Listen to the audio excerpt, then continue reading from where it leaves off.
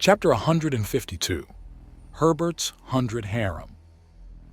This is just a short version because it is not appropriate for a YouTube video. If you want to read the full story, please take a look at the description. 7. Herbert had 7 children on the way. His wives had waited to tell him, fearing his reaction. He had hoped for more time, but now he had to prepare. Gratefully, he had the help of his friends from the EFL and some local fellows, and the support of his wives who understood the enormity of the situation. Herbert walked into the room where 5 of his wives were waiting. They had come up with a system, 5 of them spending time with him each week. After 20 weeks, he would have spent time with all of them. Emira, Baritsi, Thara, Miti, and Neely. "This is going to be an interesting night, isn't it?" Herbert asked as he entered the room. He paused, taking a moment to admire the unique attire each of his wives had chosen.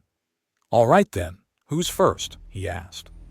The women communicated amongst themselves using Axiom, their unique system of communication, and Baritsi was chosen. "Time to come to bed, big man," Baritsi said. Herbert was amused by her newfound confidence. "Little?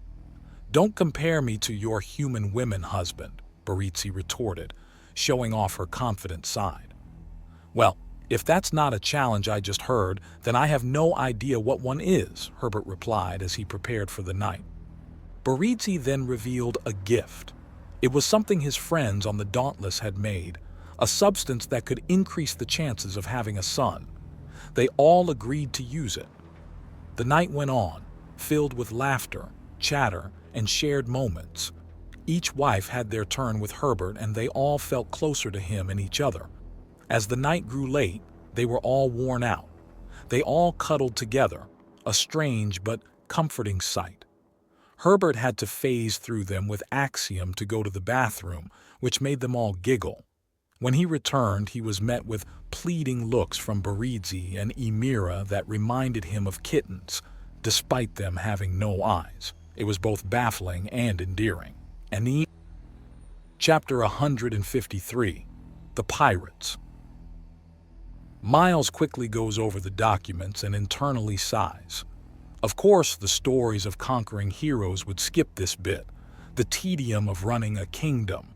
Things had sounded like such a good idea to turn this planet into a little dukedom for himself and his girls. But apparently the boys under him had been the smart ones. There's just so much to freaking do. Yes, farmlands are being set up in the parts of the continent formerly occupied by those mass-murdering witches. Yes, there was even a tourist pull there due to people wanting to see the battlefield where Franklin had straight up murdered 2 of the world's biggest nightmares on freaking live stream. But nope, even with him and Agenda and Vooney working hard at this, there was the debates as to who among their applicants for a farm would be getting what farm and what they would be planting and the proper prices and where the buildings would be set up and the infrastructure and on and on and on and on. It's so much easier when you can just shoot your damn problems. He grumbles and there's a snort of amusement from nearby. He looks over to see that Agenda's just relaxing. He looks the other way and Vooney is gracefully reclined and sipping something that would taste like a Shirley Temple at worst, most likely. Neither is working and both give off the air of being done. "All right, what did I miss?" "Delegation, my dear, delegation," Agenda says with a smirk. "We're passing on the duty to those in charge of certain areas. It's why there are lesser nobles beneath the highest ranks. No one person can run an entire nation by themselves, not even a small one. There are too many peoples wanting to do their own things, too many laws and regulations, too much everything. So you cut up the work and assign it to those more suited to it or those who clamor for more power. Or maybe someone needing both direction and well-suited to the area," Miles realizes. Someone with popularity there too, someone like Franklin. "You're still on the farms. Goodness me, my dear. You need to pick up the pace or you'll find yourself buried under the tide." Vooney muses with a giggle. "I suppose it is kind of obvious to pass off this area to him, not just for the fact he reshaped the land there, but also that he's on a bend about finding peaceful uses for Axiom. What was that about anyways? He went from looking at everything imaginable to focusing more on building and restoring things. Not that it's not absurdly useful, especially his city-building abilities, but it's a strange change from a man I spotted literally playing with fire. It's about how he killed Butcher Bitch. Butcher Bitch, Butcher Bitch. Wait, that is what you refer to the late Yvette Carbon as? Vooney asks, as Agenda snorts in amusement. Yes, we called Yvette Carbon and Gem Finnel, Vooney supplies. Right her. During briefings, we referred to them as Butcher Bitch and Thunder Thought, respectively. Anyways, when Franklin straight up executed the Butcher Bitch, he was in a heightened state of awareness. Time was moving slower in his mind. This made it so that his every move was meticulously planned even as he went. So when he killed her, Vooney realizes. 10 seconds to us, 10 minutes to him. He didn't even blink as he guided the agitated Axiom into every bit of her body and reduced her to a charred skeleton. The way he says it, it was the dirtiest way he could possibly kill someone, and the only way it could be worse is if he found a way to draw it out longer, Miles explains before putting the pad to the side.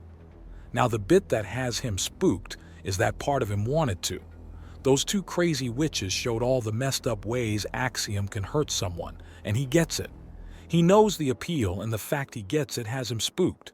Then it's probably best that he does get that area, Agenda muses. Few better ways to take that sort of deal than to make something good out of it. If the man puts his dedication there and makes a breadbasket out of that battlefield, then not only does Vuxa get well fed, but he'll likely sort his shit out as he works. An excellent point. Now, how do I do this? Miles begins and then pauses as Vooney saunters over to sit with her massive breasts covering his back and reaching over his shoulder. Just here, like this. She purrs in his ear and he can't suppress a slight shiver. We'll sort out the ceremonies and such to make things nice and official later. But first, we send the parcel of land over and let him know he's soon to be a baron, so he better get moving on building an estate. Agenda remarks as she picks up a nearby datapad and quickly taps a few things out. Might encourage the silly boy to start taking more wives soon. The man's still effectively a bachelor with so few women in his life. It would be shameful if it wasn't so exotic. Vooney sniffs before giggling. I wonder what the silly man will make for a crest. He'll be entitled to craft one as a newly ascended noble, but all the major shapes and iterations have already been in use somewhere in the galaxy. It's always good fun to go on a scavenger hunt when a new power puts up their grand symbol, and you look into what else the symbol's been up to. Oh please. Knowing him and the rest of the guys, they'll go on a scavenger hunt for the most controversial symbols in and out of cruel space, and then give me a choice between the symbols of shit like the Nazis, or that of a band of notorious slavers or rapists or something. Considering the simplicity that your people, the Undaunted, are trying to do by having a, what are they called again? Ah yes, a T within a U as a symbol. Didn't you say that could also stand for the Ultramarines, whatever that means? It was a bad joke brought on by spending too much time listening to the Nerd Squad. It's a reference to a war game setting that's in a competition with itself and its fan community for how awful it can be. Awful as in poorly written, or awful as in a terrible place to be, Vooney asks. Mostly the latter, but the former tends to crop up too. I only know about things a bit. Everyone's horrible. No one trusts each other. No matter what you do, it won't get better, and things are already so bad it beggars belief. Sounds like some of the more wretched worlds rumored to be in wild space. Vuxa was on the long, slow road to becoming such a pit before you all intervened. Vooney says with a touch of sadness. What are they like? Generally, They're ruled over by one or two complete lunatics with obscene amounts of power and often a cult dedicated to slavishly indulging their most depraved whims. Imagine if Carbon and Fennel were the undisputed queens of a world, and you're getting the general idea. Agenda spits out as she puts her datapad to the side and visibly calms herself down. You've been to such places. Miles realizes before mentally berating himself for bringing something like that up. My homeworld was made into one. The Dark Cabal could get far-reaching with the hell they brought to others. What happened to it? Miles's curiosity drives him onward on the grim subject. After a few years where they culled the strong from the weak, they loaded the ones they liked up into ships and made us open fire on our old home. It's a blasted ruin. What's left are dead cities, burned forests, and pummeled mountain ranges. I'm sure it's healed somewhat, maybe even been restored in full. Time has a way of wiping away all accomplishments, both good and ill. You've never gone back? No, it was a backwater to begin with. Easy prey for the Cabal. Just 2 explosions and we were completely cut off from the wider galaxy. How do you humans say it? Fish in a barrel? Yeah, that sounds about right, Miles thinks. What about our planetary defenses? Could they stop that? No, not as they are now, and you're missing some important bits in the plans. Bits that I've taken care of, am taking care of.